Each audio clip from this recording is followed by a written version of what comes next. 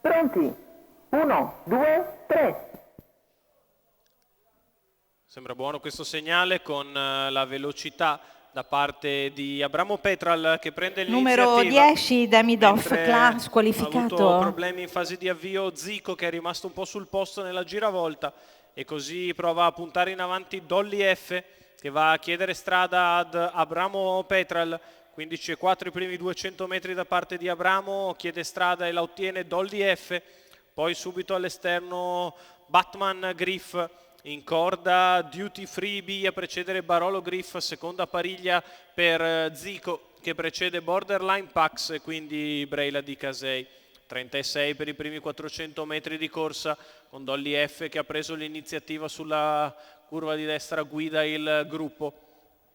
Scoperto c'è Batman Griff, in corda Abramo Petral, poi sempre Duty Free B con accanto Zico, muove dall'ultima posizione Brejla di Casei che dà il parziale, trova l'anticipo da parte di Zico che aggira, Batman Griff si porta all'esterno, intanto Dolly F ha passato in 1.1.8 i primi 800 metri di corsa, Zico tiene in terza ruota ovviamente Brejla di Casei che deve sudarsi il percorso esterno.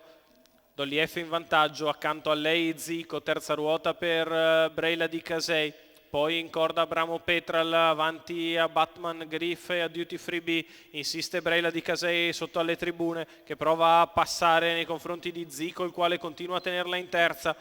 C'è stata una frazione in 14,3 davanti alle tribune, Dolly F in vantaggio, Zico allo scoperto, Brejla di Casei che si ritrae e va a prendere una pariglia, in corda Abramo Petral, poi Duty Free B, prova a venire via Borderline Pax che è stato fuori dallo strappo.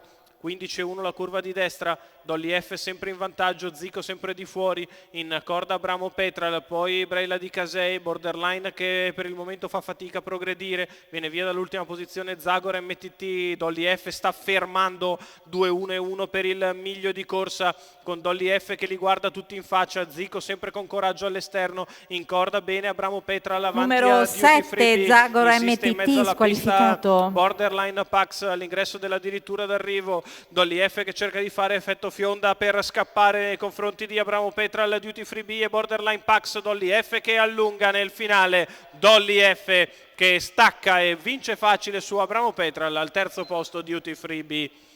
29,9 ad arrivare, 1,15,9 ragguaglio cronometrico per il successo di Dolly F.